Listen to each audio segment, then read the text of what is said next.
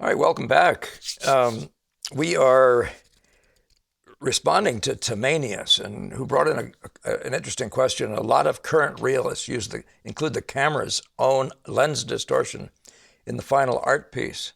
Should this be acceptable? And by the way, I hate being the cop on the street, so I'm not sure I'm the right person to ask that of.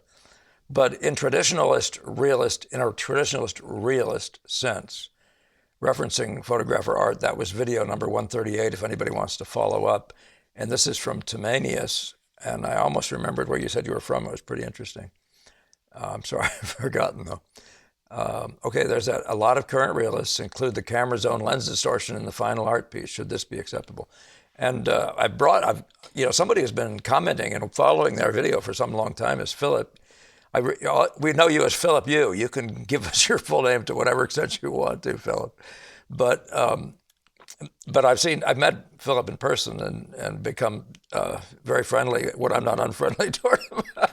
and and but he's a photographer, so I figured I know nothing at all about photography, and I'm glad I invited him because my idea of lens distortion is very limited. His is much broader. So it should be an interesting little bit of a discussion that'll open up the world to what painters do versus my thought is maybe we can get into something about what's unique to painters and what's best left to photography. I used in quoting, this era, render unto Caesar that which is Caesar's. And to God, of course, that's painting. What is God's? Sorry, not very rude. Anyway, but that's it. Let me first thank. I think it's John Jay. Let me check that out first. Make sure I'm giving thanks to a donor for this week, John Jay. Thank you very much. That's a recurring one, a nice one. Much appreciated. Keep those donations coming, folks. Much appreciated. The liking, the sharing, and all the rest. So, Philip, yeah, give your background in photography. Yeah, it's very interesting to have a photographer on our commenting online, and you have some of the most interesting comments that any of my commenters have made. So, welcome aboard. Thank you, Paul. Yeah, my name is Philip Ulanowsky. I live in Virginia, and I got interested in photography back when I was in high school. Somebody else had a 35 millimeter camera and used the darkroom for the school paper and the yearbook and so on. So I went down there at one point and just became fascinated by seeing the image appear in this clear bath of liquid. And I thought, that's what I want to do. So I So it was all magic, huh? oh yeah, it seemed to be at the beginning. And then there was a learning curve, of course, and all sorts of numbers, which I didn't want to pay any attention to at all. I just wanted to take beautiful pictures like the ones in the magazines. And The art so I magazine. I worked mean, the at it, photo magazines. You're talking yeah, about, photo yeah, magazines yeah. or anywhere else, just really terrific photography, exciting photography. I was 16, 17, 18, and so on.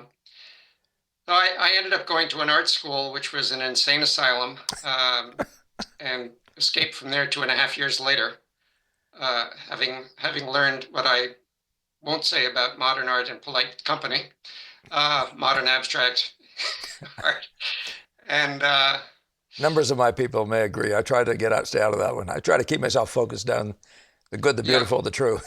it's it's the right way to go. There's only so many hours in the day; don't waste them. So I ended up becoming a professional in various capacities over the years, Yeah. everything from photojournalism to later on photo illustration and portraiture and interiors, architectural interiors, and just about anything that came my way. Yeah. Not industrial photography because I wasn't equipped for that, but jewelry and crafts and on Ad- and on. Advertising art. Yeah, Some of it. Yeah. uh, Yeah. nothing big scale. I wasn't working for New York magazines or anything like Yeah. Yeah. that. It was a range of things, and then I had my own little business, so to speak, down here for a while. Um, and then I put the cameras down in order to have a real job and feed my family at a certain point, somewhere around 2003 or five. And then I finally was able to pick the cameras back up in about 2017. Yeah. And I've returned back to my roots, which is all black and white, all darkroom, no Photoshop, no electronics, no anything. It's what So people speak about as straight photography. so why? Why is that? I'm looking at, well, maybe Mr. Producer can show these for 2 seconds, Mr. Producer, but there's these images here. They're all color. Why black and white? What's that all about? Black and white is what I started with. I think it's fair to look at the history of black and white art in general, which Right. goes back to woodcuts and etchings, and there's a beautiful history in the history of art in etchings and the painting, not the paintings, the Engravings. other print Yeah, media. yeah, Uh, it's wonderful, it's rich, yeah, and any photographer worth his salt or her salt is going to study great art. It's not a matter of confining yourself to photography. This is if you're attempting to create artistic images, you have to know your history. yeah, And that obviously starts a lot a lot earlier than the 1840s. yeah, So yeah. And I'm uh, thinking of for about that time. I think of someone like Zorn coming around and other people with the etchings. But obviously many, Rembrandt was way back before that, and of others. course, Yeah, yeah. yeah. Well, that's nice to Or hear. Yeah, Dürer, go all back to Dürer with the yeah, woodcuts. yeah. Magnificent sense of rich tonalities and scale there. So for me, in color, color photography is more about color than it is about other things. And the problem with it is that unless you're exerting tremendous localized control over your color, it's a lot of it's very arbitrary. Hmm. And I've done a lot of it. Of course, in my commercial work, I was most of it was color. Almost all of it was color. Hmm. But for an image that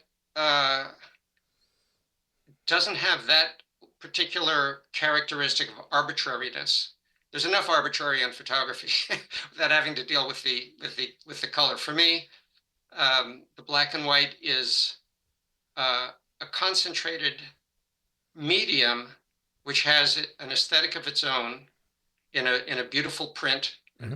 beautiful tonalities, and so on. It can be all sorts of kinds of things. Can be you can be a photojournalist, you can be a fine art landscape photographer, or a portraitist. And there's a realm there that I've just come to love over the decades. I could tell you might. Degas talks about.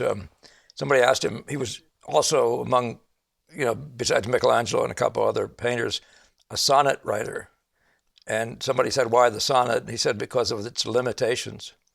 I could understand searching out the depths of black and white. I could see someone living in that world entirely. The values, the values only world. I can see that. One of the things that I'm not that doesn't draw me to digital is that it's so easy to get away from photography because it's so easy to manipulate the image. Doesn't mean you have to. And I know really fine photographers who are working in digital and uh, discipline themselves not to fall into the trap of, oh, well, the composition would be just a little better if I just move this over here. Those kinds of manipulations, which to me is not photography, it's illustration. That's If you want interesting. to do that, that's fine, but Yeah, let's not call it photography per yeah, se. yeah, yeah.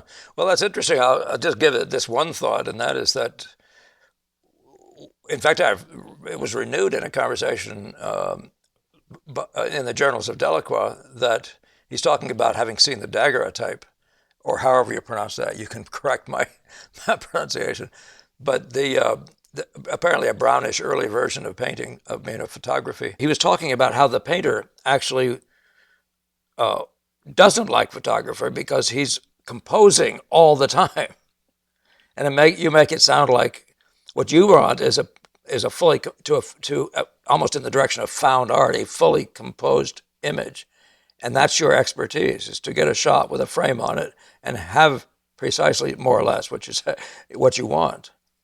Where we're, as he said, and even Benson, our Boston School guy, will say, "You keep on composing right till the end." I think there's an aspect of that in the work that I do and in the tradition that I broadly consider myself a part of, which is, as I say, it's called straight photography. In other words, you're not trying, you make the negative and then you work from there. And that is that you have more control than most people recognize in terms of shaping your tonal scale, shaping contrasts, and then when you get to the print, shaping not only those, but also which areas of the print are lighter and darker. And I have an example of that from a very famous photojournalist. I'm That going. I'm going hunting. Okay, Which you tell me where to stop.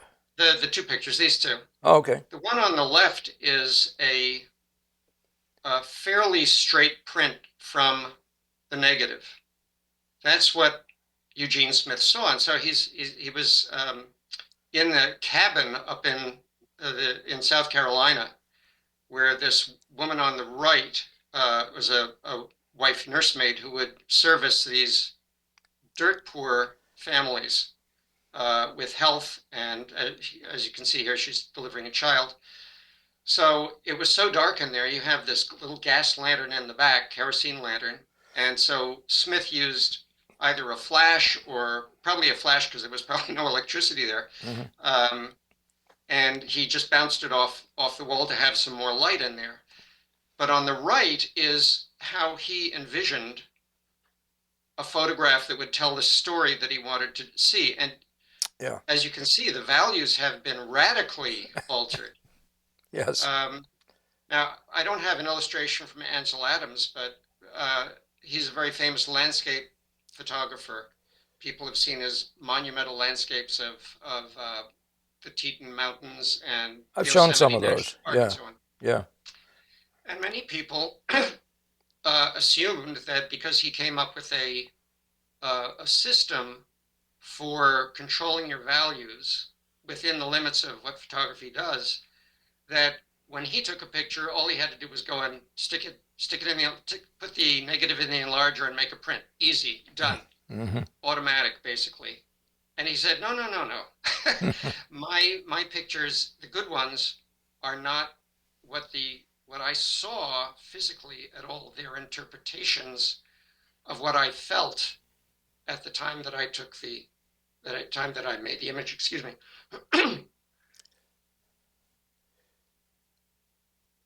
So the manipulation of tone locally and broadly and contrast and all these things, cropping as you see here as well, you see potential in an image. And if you're working with a big 8x10 camera where the negative itself, the film itself is 8x10 or 4x5 and it's sitting on a tripod, then you have time to compose and try to look at all the little details.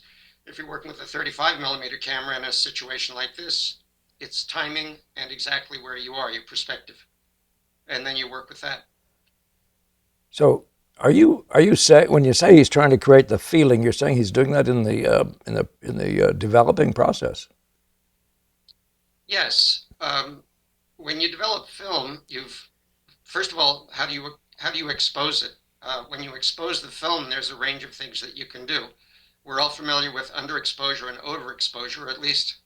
Well, I stopped myself from saying that everybody knows about over and underexposure because today's cameras are so good that under and overexposure are things of the past for the most people. Huh. But Yeah. Yeah.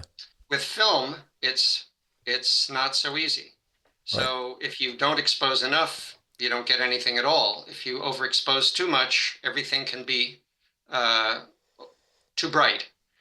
So there's control that you can use. There are lots of controls. I won't go through them all, Mm-hmm. but there are many controls you can use to shape the tonal scale of your image, depending on what you started with. If you had a very contrasty scene, or if you had a very flat one, you can adjust it just on the negative. Then when you go to print the negative, what you're doing is you're shining light through the negative and then focusing the image on a sheet of paper, photosensitive paper, and you can illuminate the entire image, and then you can go back and give extra light to certain areas or less light to certain areas in the process. And you can So control that you're which. darkening and Yeah. lightening That's what particular happened in areas, the and that's how baby in something the like this middle. is done. Yeah. Yeah. Oh wow. No, I had no idea of that. But you so So you're living in a world where there's either a discussion or a disagreement between photographers about whether to do this or not. You consider yourself in the class of what you'd call a purist or something? Just Well, take the once again, we picture, get what you into see is what you semantics get. here. Yeah, yeah, yeah. The purists, there's some purists who say you may never crop a negative, you may never do anything except make a straight print. I think that's all a bunch of malarkey Right. because uh, that's not the way you paint either. You don't think that way as an artist. Um, there's a difference between well, Ansel Adams had a wonderful quote. He said, "Nothing is worse than a sharp photograph of a fuzzy concept." So you can have technical perfection, which is completely worthless and boring and has no interest for anyone, Right. or you can have a slightly less than perfect technical image, which carries an idea, Yeah. as many photographs are. So Yeah. it's all I meant. You were talking about constantly composing, and all I'm saying is that all the way through the print, all the way making through the final print, Right. uh, you're standing there in the darkroom. It can be hours and hours. It could be days that you work and go back and back and back and say it's not quite there yet. So you are actually doing, yeah, that's very interesting. I would never, I mean, I've seen photographies, developing in the room, so I'd sensed some of that, but I would never have known the degree to which that was a factor. That's good to know. That's very interesting. Let's move on from that, though, just in the interest of Sure. time. But it might eliminate some of my presumptions about other things. Let's just look at shots that you'd like to look at. Maybe what would be a good one to just segue into after this one? Well, let's take the man with the chains. Okay. This is a photograph that is, in a certain sense, my North Star for what I would like to accomplish. Hmm. It's as simple as they get in the sense that it was taken in the 1800s before any fancy equipment or anything. They didn't even have film speeds back then, no light meters.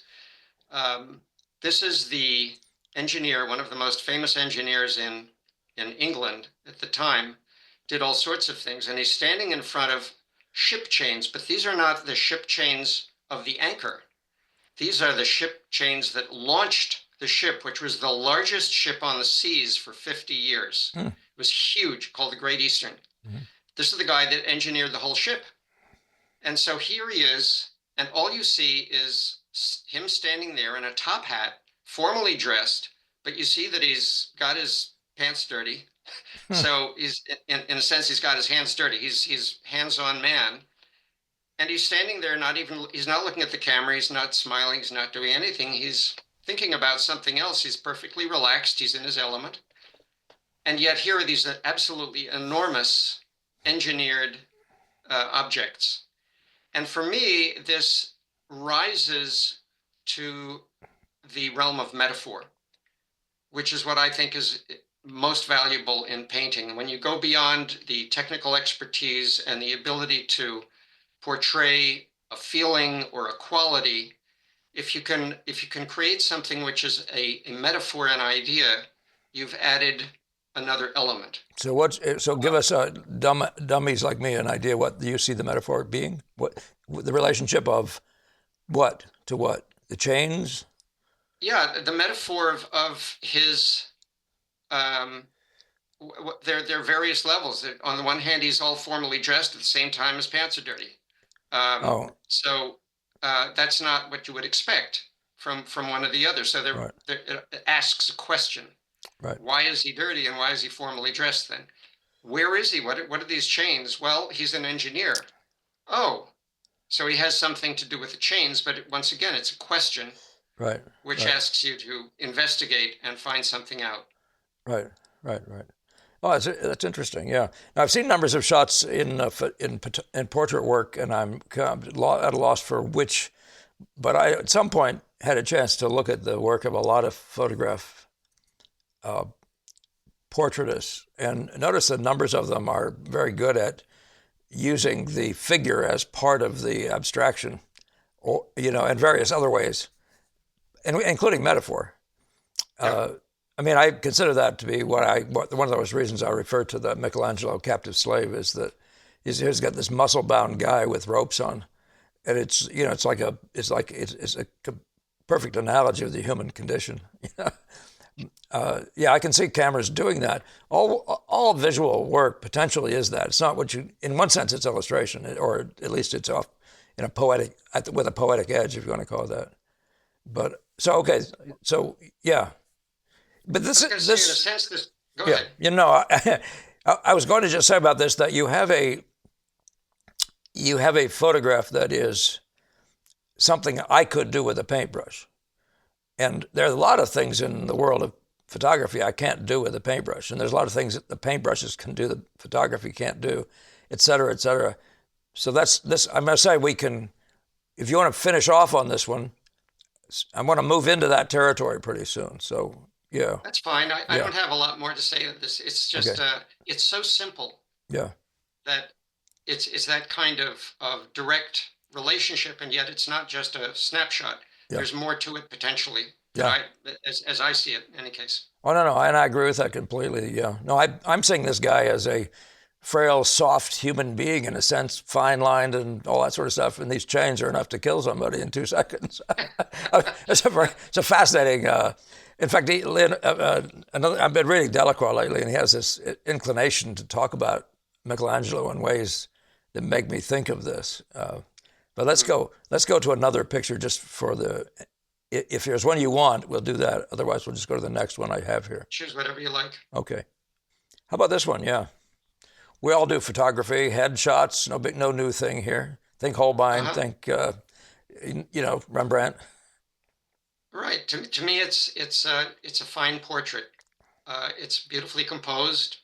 I can see what had to be done to get it to that stage. If you think of an overcast day, things are a lot grayer than this. Mm-hmm. Uh, so from my standpoint, I can see how much work went into unifying the composition. Yeah, Um, it's an old man. He happens to be one of the most famous photographers. This was taken by his closest friend, whom I knew, and it has a sense of motion to it. mm-hmm. It's way beyond a simple snapshot. It has a lasting effect. It communicates something about the man's inner character. But again, it asks questions. It doesn't answer everything. It doesn't just say, "Okay, here's my snapshot. Here's my thing that I've gotten a picture of." No, it feels deep. It feels Rembrandt deep. Yeah. So if a painter took this photograph home and painted it, what would you think? If he copied it letter for letter, what would you think of the photographer of the painter? I think that painters should not work from photographs. You don't want him doing that. You don't want him to take this home and just copy it because it's such a No, wonderful no, shot. Why not? no. Give us a rationale for that. This is you having the bigger perspective. You're not a painter, Yeah, but but they're two different languages. yeah. How, And it's when you take poetry, if we speak about ideas, if you translate a poem from one language into another, you may do better or worse, but you're not going to get exactly what you had in the first language because yeah. every language has its own nuances, its subtleties, its implications, its cultural depth, and that it just doesn't carry over. There's no one-to-one relationship. Well, if we were planning this, I probably would have brought a Rembrandt in side by side with this. I didn't have these in quite enough advance notice, but I'm not sure I would have Yeah. done that. But it might have been amusing to interest. Yeah, it's a fascinating question about. But what do you exactly see that photography has that the painter doesn't have? What is it? What is it about this shot, for example, that makes it special? And don't bring your dang paints into the room. I'm I trying to think of get it at in that. Yeah, term. yeah, yeah. I think of it in terms of photography. I don't put up a Rembrandt next to a photograph. Right. I did spend a long time years ago trying to figure out how a photograph could imitate a Rembrandt.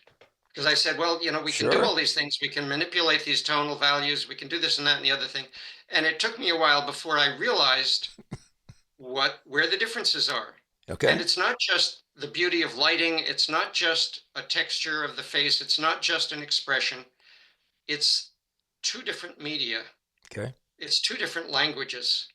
And the photograph, I don't think, should try. to be a painting. The realm of photography is what it is. It's a mechanical medium, mechanical, physical, scientific process, and it captures within its own limits, within the optics, within the challenges of using perspective well, all the things that painters think about, not all the things, but many of the things that painters must think about: perspective, light, values, relationship of foreground and background, all these Sure, kinds of things. sure. We have to think of those. We have to think of them in a different way. We think of them within the confines of our medium, and it's an enormous challenge because we're not painters. I can't take those leaves and put them somewhere else unless I start using Photoshop. I can't change the background. I can make it darker, I can make it lighter, I can lower the contrast, but I need to choose where I want. If I've taken from a slightly low viewpoint, as this one was, I can't go back and change that later on and decide, oh no, it'll be better if I change my viewpoint. You got to get I some have to AI be. going here, man. So I have all those things to think about. Yeah, The scarf, I can't change the scarf or the coat. right, right. So those to me are the challenges of requiring me, if I'm going to master the medium and come out with images that have some enduring value, that present something that is, if you will, universal, that some other people can appreciate. It's not just, this is my feeling, that I'm expressing myself, Mm-hmm. but that shares something of some value that will hopefully endure because it's has that quality of humanity that others can appreciate. That's the challenge for me. But I don't compare that to painting. It's a completely different approach. Well, you get closer to comparing it to painting when you say this is, or what Ansel Adams, I think you said that this is his rather interpretation or Yes, his way of getting across what he felt in the view of that exactly. mountain when he stood there. So in that case, Sure. in that case, in the development process, you become more proximal to what painters actually are doing, at least an impressionist. And by the way, probably other, imaginative painters as well. In this kind of a setting, you have one of the things I like about photography is that it's incidental. In other words, most of the time you're not setting it up dramatically. You have a little opportunity to move a guy around, stand over here a little more. But frequently you're not even trying to do that. You're trying to find out what's there already that you can make something out of. Is that correct? Sure. In documentary photography, for example, you're going into a scene and what's happening there. Mm-hmm. And so you don't pose people. Or if you're a photojournalist, it's against the ethics of photojournalism, although it's been done sometimes and called out. But the idea is you're there to report, Yeah. and therefore you don't change what's there. You may choose your viewpoint. You're obviously choosing what you select and what you don't select. So a photograph can lie just as easily as Oh. as writing or something else. Mm-hmm. Everybody should know that. Right. It's not an objective. It's not the objective truth. It's always Sure. a subjective statement Yeah. because you're only one person looking from one vantage point, Yeah. Yeah. and only one eye, as a matter of fact. Yeah. Yeah. So Yeah. Yeah. That's an interesting point, isn't it? One that needs to be made a little bit with photography. Let's go to the rest of yours. I really like this discussion. Is this Ansel Adams? this is Ansel Adams, yeah, Tenaya You did Creek. have it. Yeah, you did have one to show.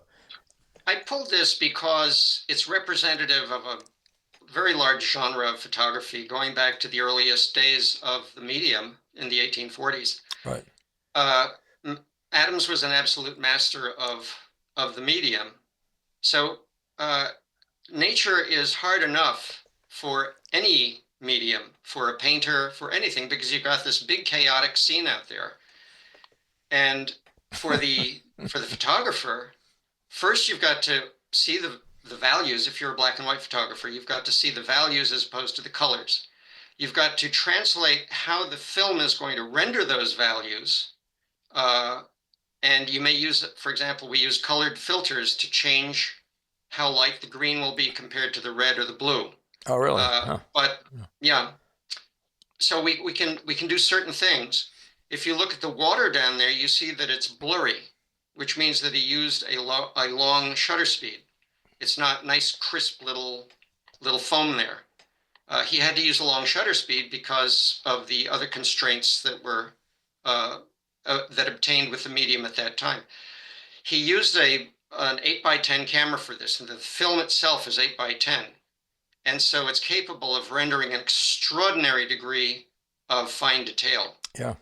So that's nice, but if you haven't organized your image into broader areas, thinking about it as a composition of tonal values, then all you're going to get is a lot of little points of light and dark, and Yeah. it's going to be a mess. And that's it's very hard to organize an image like this. To fix it, you mean to repair it if you don't have that? Well, no, just to see. In other words, you walk on a scene like this. Yeah. It's an overcast day, so you're going to see just a lot of grays. How are you going to get? Where are you going to stand exactly? Where's the lens going to be exactly to get the juxtapositions of light tones against darker tones? Right. To choose how you're going to expose the film, to choose which filter you may use to brighten up some of those light greens in relationship to some of the other tones. How's that going to work? Long before you get into the dark room, and then figure out, oh, that mountain up in the background in the upper right, on the upper left, is a little bit too bright. I've got to darken that just slightly. Or that dark tree toward the right center Sure. is a little bit too dark. I can't see any detail in there. I want to just lighten that up a little bit so that I have a feeling of substance. Well, it's very interesting. I mean, one of the things that's happening today in the realism, what's it called, the new realism, which is, in Degas' sense, is problematical, and probably the history of Western art is problematical. The new realism has this inclination to be photographic in the way of wanting every little detail.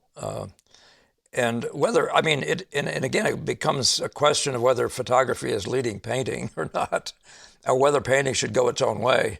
And young people, I mean, older people begin to grasp it just by being around. But a lot of times young people don't grasp that kind of a difference, that there is actually a purposeful difference in the use of the eye. A lot of things that it conspires to put you into a simpler state of mind than 10,000 million little. Although it is funny to quote Degas, somebody's pointing at one of Rousseau's paintings and he said there must be 8,000 little tree marks in there. Wouldn't that have been a bore? And Degas said, well, that's just the point. Believe me. Let me quote you from 1715 from my friend Jonathan Richardson, his treatise on painting.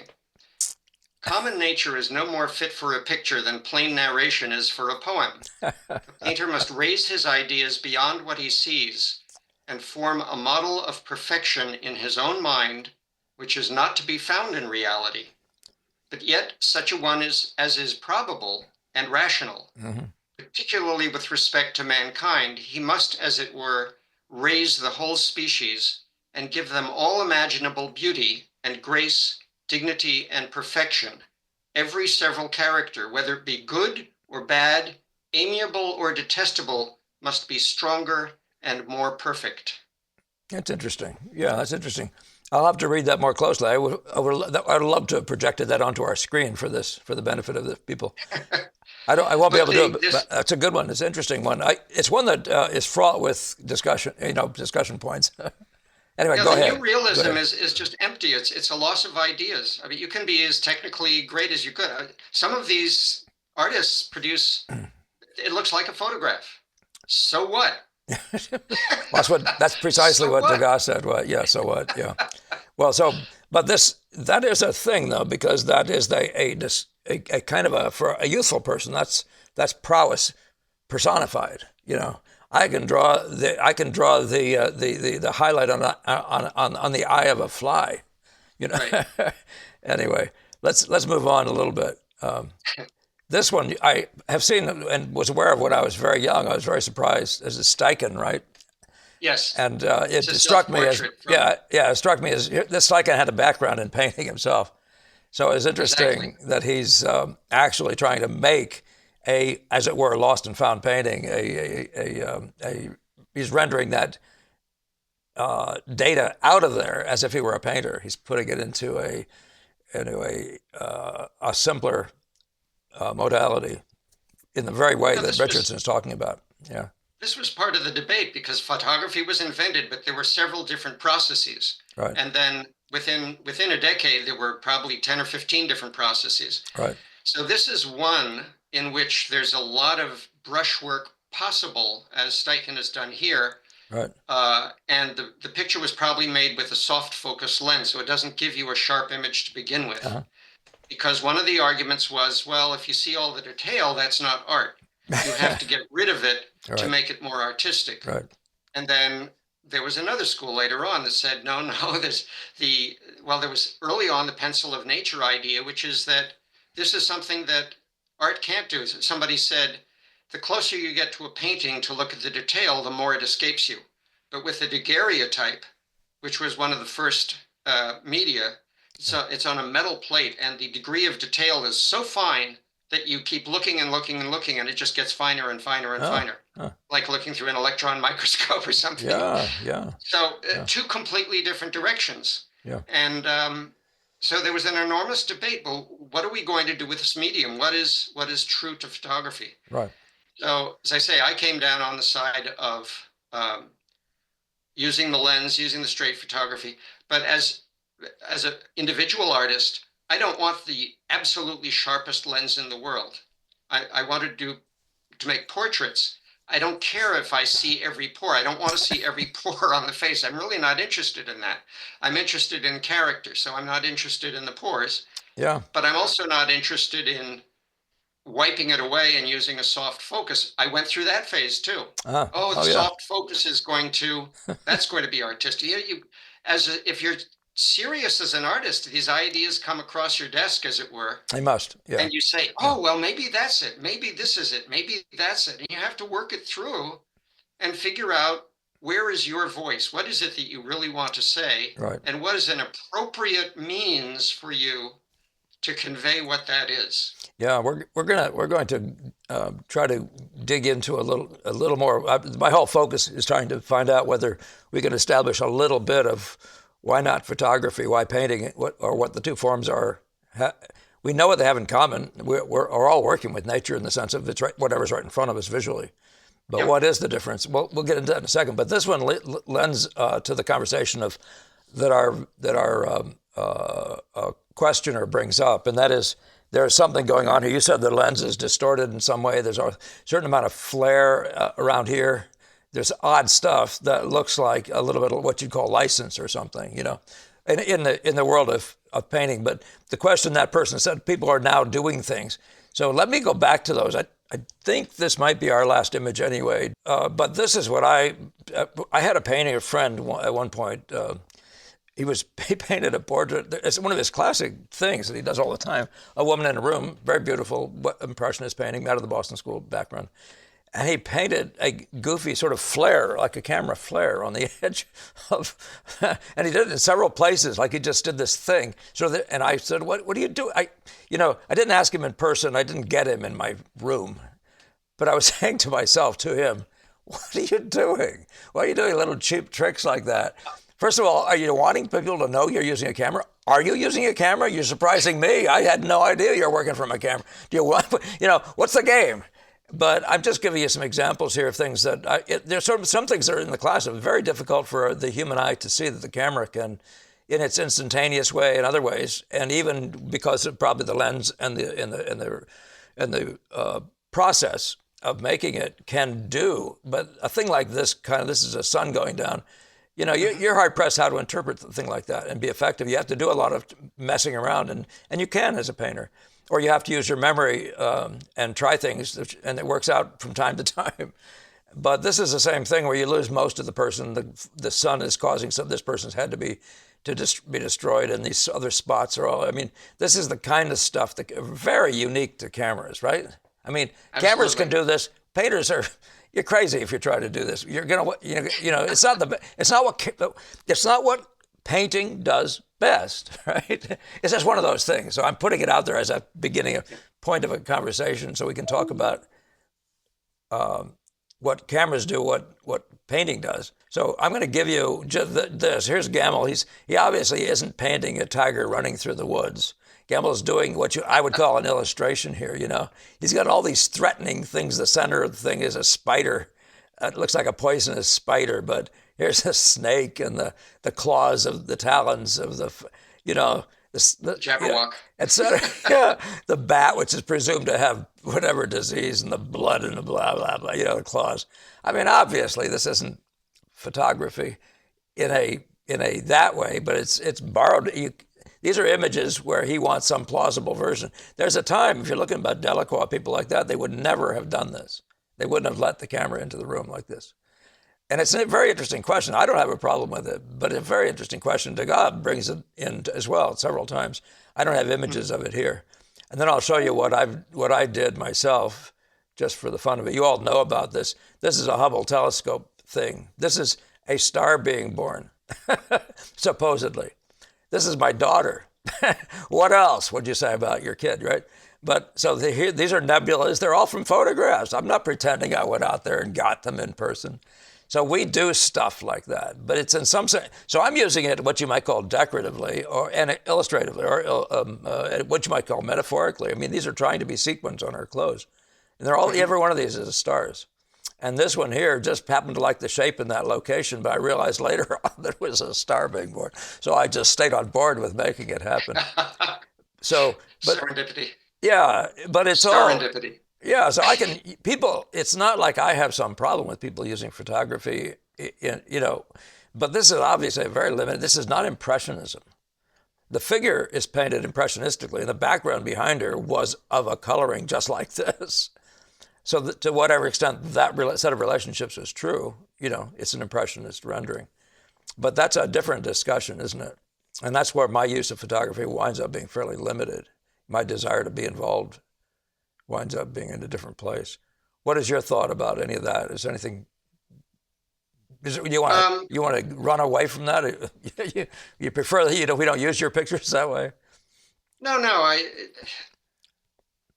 I think those kinds of areas are the kinds of things that you have to ask questions about.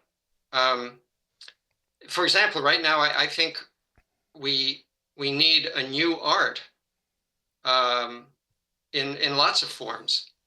I think if we're going to have a real renaissance, which is what I'm rooting for, it requires what do you have in a renaissance? You have new ideas. You have new expressions of those ideas. Mm-hmm. What is it going to look like? I have no idea. Yeah, right. What is it going to sound like in music? What can we do that will express profound ideas, which is what society must have to go forward? You've got to have roots. You've got to have a profound basis somewhere, something that upon which you can build your culture that will carry you forward. And therefore, you have to ask questions like that what people call heavy ideas. Or they're not so heavy, but you do have to think. Yeah. But all these kinds of questions of what would be a new art, I don't have a clue. I don't know. But I know we have to go there. We can't just. This is what happened to the academy in France, the 19th century. As Gamel describes. He says the academy became encrusted and closed. It became a little club of, if you do it this way, you can be in. If you don't, you're out. That's right. And the Impressionists had a reaction against that. Right. And he says, but they failed ultimately in other ways because they fell short. There's a thing. Oh, I'm sorry. Finish your thought. Yeah. Sorry. No, go ahead. I was just going to say there's you can never decide that one thing is the ultimate. Well, right. And I'm not, and by the way, that's a product of not being a 10-year-old anymore or whatever. There's a thing you do when you're young, and that is searching for what the it is, and only to find out that the human race is in search of it and has been since the beginning.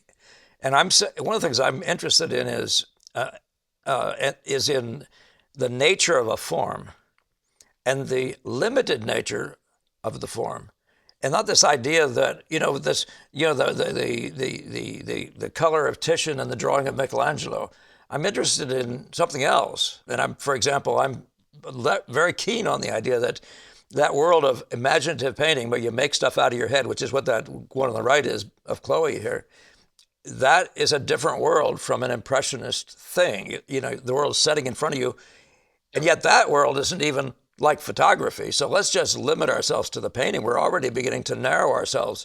And the road not taken, two roads are diverging in that wood. I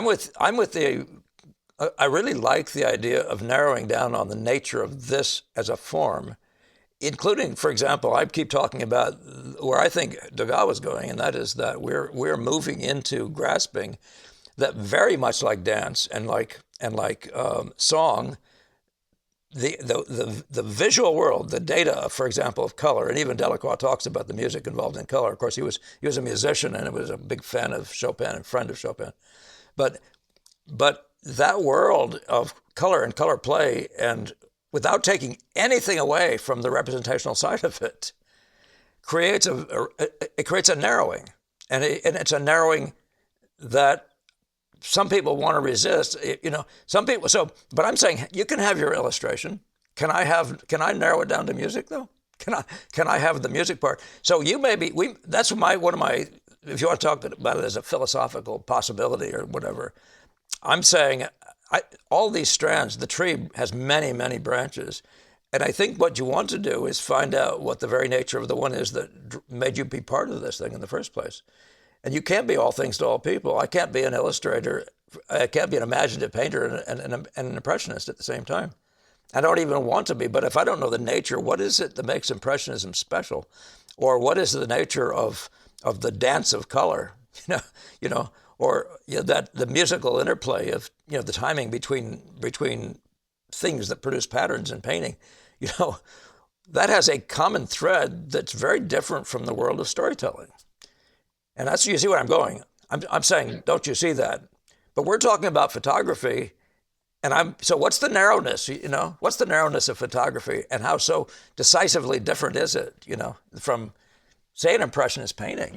You're sitting there right in front of the same stuff and shooting a photograph. Let me just refer back to the person's question, Yeah, because I'll pull it up the if I can.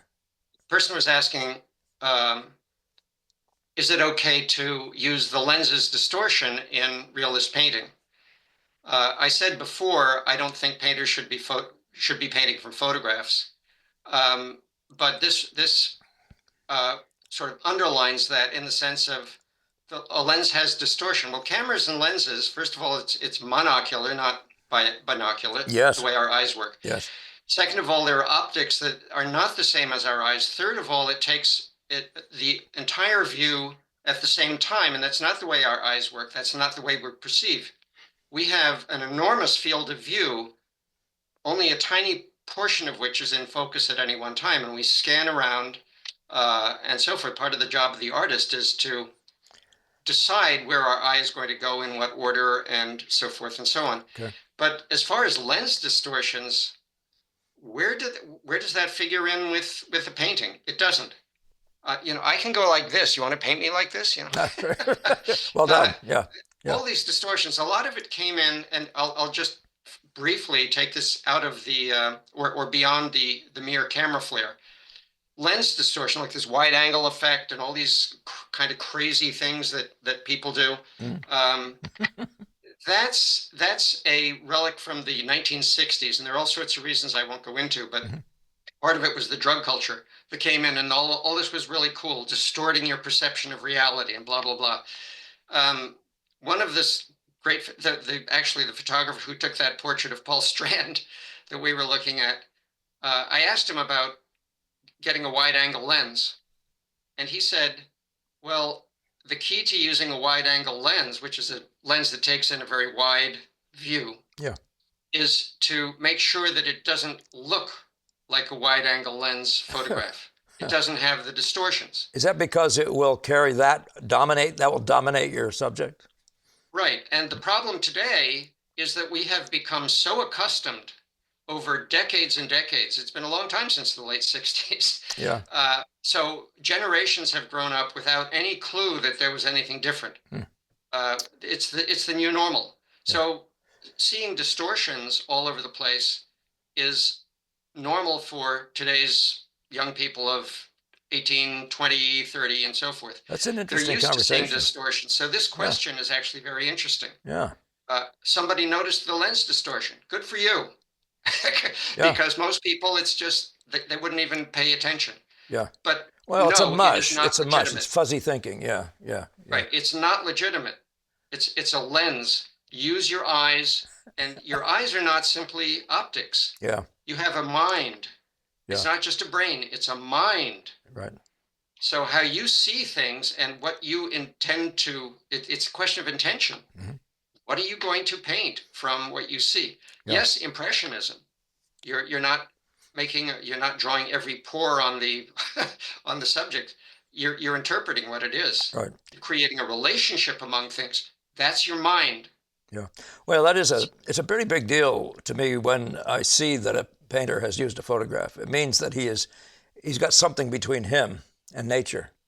Yeah. He's not, he's like a priesthood of the photograph. Like, wait a minute, let's talk directly to God here, you know? Yes. But one of the things I value above, just in the representational sense, is that guy's experience getting there. I really value what this guy has seen with his own eyes. You know, I want to know Yes. from that guy. I don't want to know from somebody who heard from somebody else. And that's the way the camera is to me. It's an intermediary. And I'm not a fan of that. And it's lazy as hell, in my view, to paint from photographs.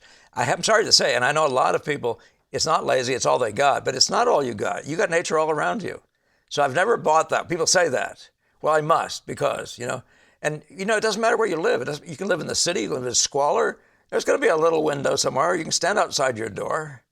Why don't you want to be the master of all you, what's that expression? The master of all you see, right? Why wouldn't you want to be that?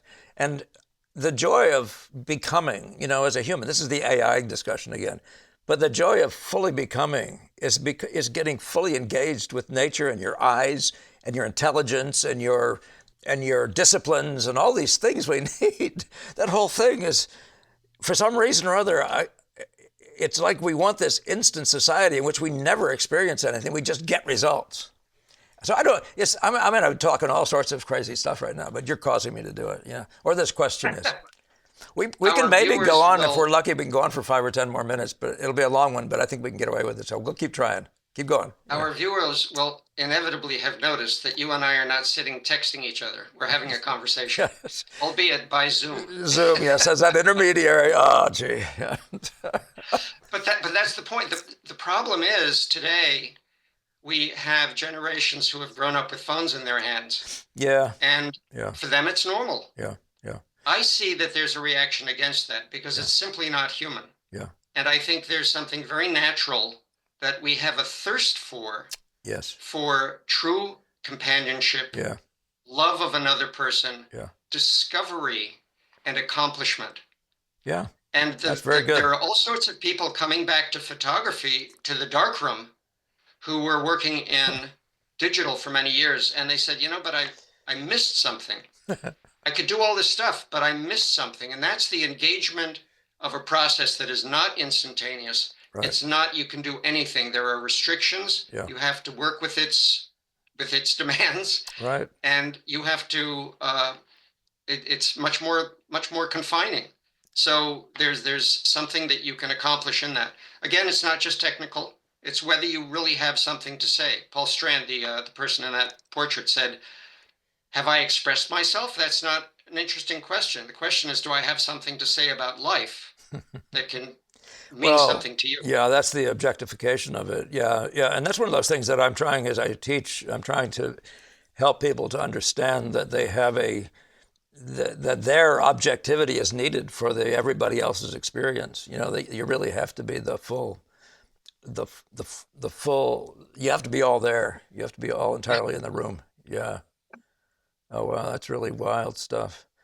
And Um, painting doesn't let you cheat. The camera, you can walk around with your camera. If you go into any museum today, you can have somebody in front of you holding up a camera, walking from painting to painting, taking pictures, and then they say, "Okay, well, I saw that. Now what's next?" Uh, it's really it's funny, but it's also very sad that people are missing out the opportunity yeah. to engage with a fine painting and thus engage with the mind Yeah. of the person who made it. Why did he or she make this decision?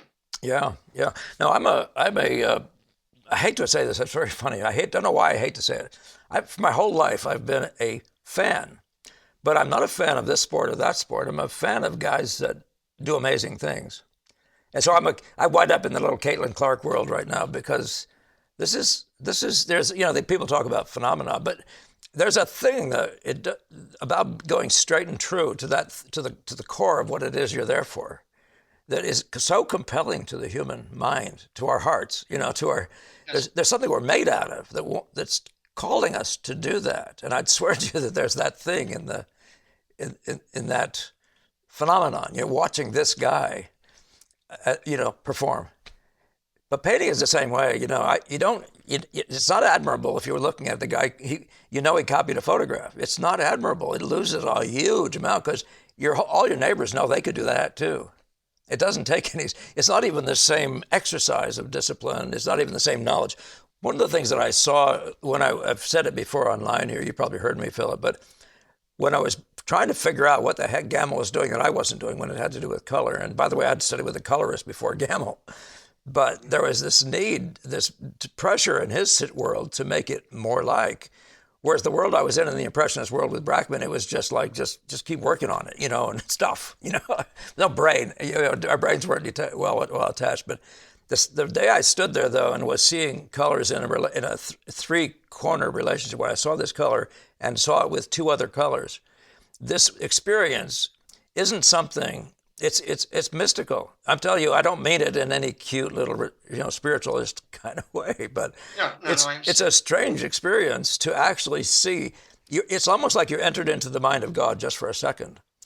And there's something about what we do, and we see this all the time with scientists. They keep saying, I know God's there. I've seen His world," and and there's this thrill in their voice. But there's something in that if we aren't digging deep into the truth in front of us, and being able to be the master of it and find our way through to deeper and deeper truth, this is just the truth of a color relationship. But to miss that, to get some picture, if you're not deep enough, don't have the depth to dig like that. This is probably the most controversial thing I'll ever say on here. But if you don't have that, this isn't the same discussion. You can't have a discussion with Titian. You'll never be in the room with him. It's an enormous challenge, and I think this is where painting obviously has degrees of freedom that photography doesn't. Mm-hmm. It's and so it's a higher level of art in that sense. I believe that fine art can be created in photography. That's uh, that's my view, Yeah. and that's what I strive for. How close I ever come to that, that's for other people Yeah. to decide. Yeah. But I'm striving on the basis of overcoming the simple mechanical aspects of it to try to convey something, as Adams put it, as I felt. Eugene Smith, the man who took those two photographs we looked at next to each other, Mm-hmm. said, it's hard enough. He said, I don't really like printing. And he was famous for his prints. He'd spend forever on his prints. Mm-hmm. He said, I don't really like printing. I'd rather be out photographing. But the problem is, it's hard enough to convey an idea through a print without shortchanging yourself. You Yeah. have to work like a dog to get from the plain photograph to something which really expresses what you want to convey. I think I just found the photograph that you wanted me. Oh, I think Emerson, that. yeah. Well, it's a little bit like this Steichen in that it's from the early time of photography. This one is even earlier, from probably the 1860s. A guy named uh, somebody Emerson, somebody Peter Emerson. I can't think of his first name right now. Right. Um, who spent a long time photographing the life of the people out in this one area, this rural area in the marshes. Now, because of the nature of the technology back then, he had to have the camera on a tripod, Right. and he had to make these long exposures. So you see somebody who seems to be rowing in a boat, and he actually had to have them pose and Mm-hmm. hold the oars still Mm-hmm. Mm-hmm. for the exposure and so forth. But the sense that you get from the compositions is the sense of the beauty of the standard that good 19th century painting required. Well, yes, yeah, And that's what you see, that's what comes through. So the yeah, technology was lousy, yeah. but these people had that quality of sense of art and Hmm. composition Hmm. that they were able to, some of them, communicate that same kind of sense from it. Yeah. Only in black and white, like a Rembrandt print or an etching or something like that, in a sense, except with photography. I think we'll just leave it at that. Yeah, The question of why would you want to look like a photograph, and vice versa. You've exactly. addressed the question of why would you want to look like a painting. The whole history of movies and stuff. I don't know that you're wanting to look like a painting, but you're certainly borrowing because it's just purely a framed visual data body of data in a frame. It's of course it's going to have the same laws. There's a place that the eye is going to go first and stuff like that.